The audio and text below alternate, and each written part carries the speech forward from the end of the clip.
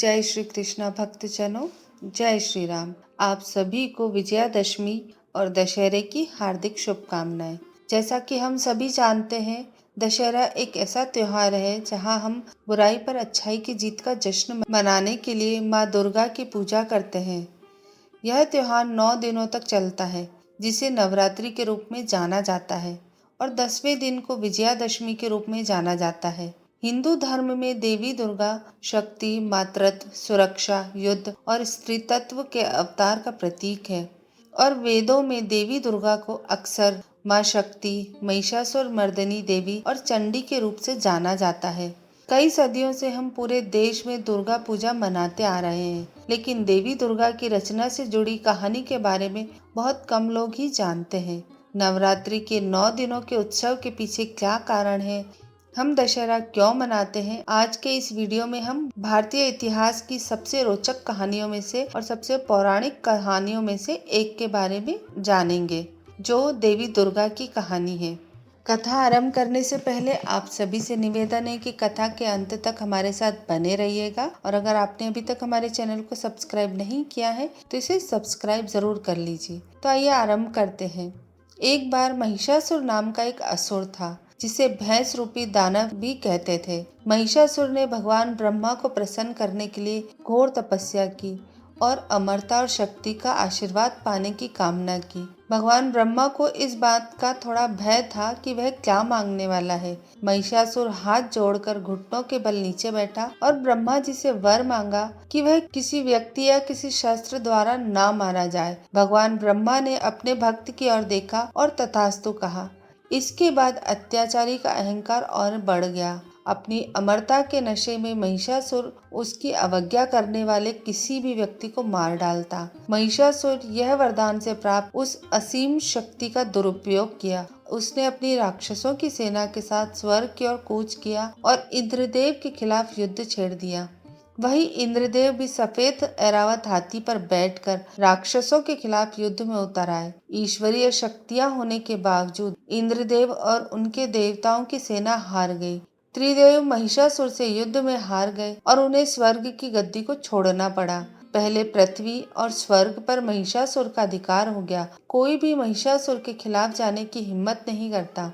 तो आपको क्या लगता है, स्वर्ग के देवताओं ने इस समस्या से निपटने के लिए क्या किया होगा? सब कुछ हार जाने के बाद स्वर्ग के देवता त्रिदेव यानी भगवान ब्रह्मा, भगवान विष्णु और भगवान शिव की मदद लेने महिषासुर से बदला लेने के लिए यह एक निर्णायक पल था। ब्रह्मांड में संतुलन बनाने के लिए त्रिदेव ने अपनी ऊर्जा का उपयोग किया। देवी दुर्गा जो आदि शक्ति के अवतार हैं, उनको बनाने के लिए वहां उपस्थित सभी देवी देवता ऊर्जा से चकाचौंध हो गए और सभी ने देवी दुर्गा को अपने अपने हथियार समर्पित कर उन्हें सचेत किया। भगवान विष्णु ने उन्हें शक्तिशाली सुदर्शन चक्र दिया, भगवान ब्रह्मा ने उन्हें कमंडल दिया, भगवान शिव ने अपना त्रिशूल दिया और देवी दुर्गा के पास अब सभी दिव्य द्वारा दिए गए शस्त्र थे। अब देवी दुर्गा महिषासुर के राज्य की ओर चल पड़ी। शेर की दहाड़ इतनी विशाल थी कि समुद्र का लावा पहाड़ों से बह निकला और महिषासुर ने भी उसको महसूस किया। देवी दुर्गा महिषासुर के द्वार पर पहुंच गई और भैंस रूपी दानव इससे भयभीत नहीं हुआ। उसने अपनी सेना को उन पर हमला करने का आदेश दिया। इस प्रकार हिंदू पौराणिक कथाओं में लड़ा जाने वाला सबसे भीषण युद्ध शुरू हुआ। देवी दुर्गा ने आंखें बंद कर ली और दानव सेना से युद्ध करने के लिए मिट्टी से अपनी एक विशाल सेना बनाई। महिषासुर ने देवी दुर्गा को देखकर इतना क्रोध किया कि उसका शरीर एक जंगली भैंसे के रूप में रूपांतरित हो गया। वह देवी दुर्गा की सेना पर टूट पड़ा। देवी दुर्गा ने उस हिस्से पर एक रस्सी फेंकी, लेकिन वह उसे पकड़ नहीं पाई। उस भैंस रूपी दानव ने देवी दुर्गा को देखकर क्रोध से हुंकार भरी। यह 10 दिनों तक चला, जहाँ महिषासुर हार मानने को तैयार ही नहीं था और वही निरंतर युद्ध करते हुए देवी दुर्गा और भी क्रोध से भर गई। 10वें दिन देवी दुर्गा ने अपने त्रिशूल से भैंस रूपी दानव महिषासुर का सिर काट दिया। उसके पूरे शरीर को जकड़ लिया था। इस तरह से दुष्ट भैंस रूपी दानव का अत्याचार समाप्त हो गया, क्योंकि देवी दुर्गा ने धर्म को स्थापित किया, जिसे आमतौर पर विजयादशमी या दशहरे के रूप में मनाया जाता है।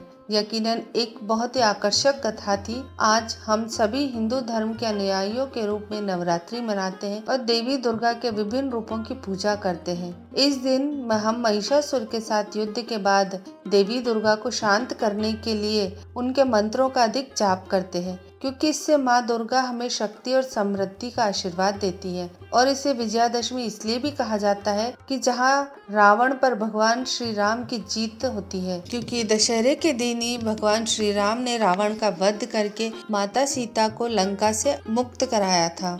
तो भक्तों, ये थी हमारी आज की दशहरे की कथा, आज की विजयादशमी की कथा। आपको ये जानकारी कैसी लगी, हमें नीचे कमेंट करके जरूर बताइएगा। वीडियो अच्छा लगे तो इसे लाइक करिएगा, अपने परिवार और मित्रों के साथ इसे शेयर भी जरूर करिएगा और हमारे चैनल को सब्सक्राइब जरूर करिएगा। धन्यवाद।